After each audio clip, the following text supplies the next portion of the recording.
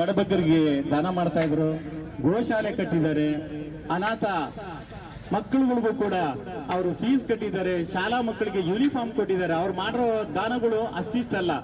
ಆದ್ರೆ ಇಂಥ ಒಬ್ಬ ವ್ಯಕ್ತಿನ ನಾವು ಬೇಗ ಕಳ್ಕೊಂಡ್ಬಿಟ್ವಲ್ಲ ಅನ್ನೋದು ನಮ್ಮೆಲ್ರಿಗೂ ಒಂದು ದುಃಖಕರ ವಿಚಾರ. ಆದ್ರೂ ಅವರು ನಡೆದಂತಹ ದಾರಿಯಲ್ಲಿ ನಾವುಗಳೆಲ್ಲರೂ ನಡಿಬೇಕು.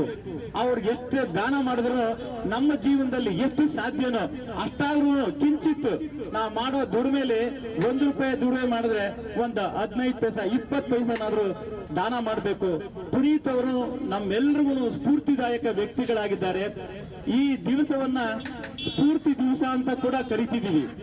ಆದ್ರಿಂದ ಈ ಸ್ಫೂರ್ತಿ ದಿವಸವನ್ನ ಪುನೀತ್ ಅವರ ಹೆಸರಿನಲ್ಲಿ ನಾವು ಎಷ್ಟು ಸಾಧ್ಯನೋ ಅಷ್ಟು ಬೇರೆಯವರಿಗೆ ಸಹಾಯ ಮಾಡೋಣ, ಸಮಾಜಕ್ಕೆ ಒಳ್ಳೆ ಕೊಡುಗೆ ಕೊಡೋಣ ಅಂತ ಹೇಳ್ತಿದ್ದೀನಿ.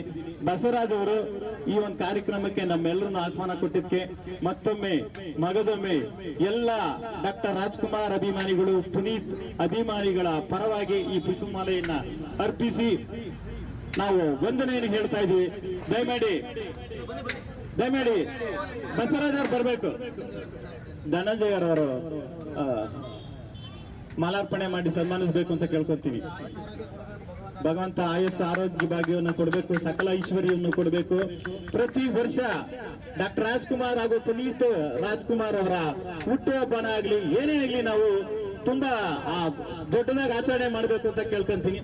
ಹಾಗೂ ತಿರುಮಲೆಯ ಮತ್ತೊಬ್ಬ ವ್ಯಕ್ತಿ ನಮ್ಗೆ ನಮ್ಮೆಲ್ಲರಲ್ಲಿ ಹಿರಿಯರು ಅಂತ ಹೇಳ್ಬೋದು. ಇವರು ಅಷ್ಟೇ ಪುನೀತ್ ರಾಜ್ಕುಮಾರ್ ಅವರ ದಾರಿಯಲ್ಲೇ ಹೋಗ್ತಾ ಇದ್ದಾರೆ. ಬರ್ಲಿ, ಸಂತೋಷ. ನಮ್ಮೆಲ್ಲರಿಗೂ ಸ್ಫೂರ್ತಿದಾಯಕವಾಗಿದ್ದಾರೆ. ಇವ್ರಿಗೂ ಕೂಡ ನಿಮ್ಮೆಲ್ಲರ ಪರವಾಗಿ, ರಾಜ್ಕುಮಾರ್ ಅಭಿಮಾನಿಗಳ ಪರವಾಗಿ, ಪುನೀತ್ ರಾಜ್ಕುಮಾರ್ ಅಭಿಮಾನಿಗಳ ಪರವಾಗಿ ವಂದನೆಗಳನ್ನು ಅರ್ಪಿಸ್ತೀನಿ.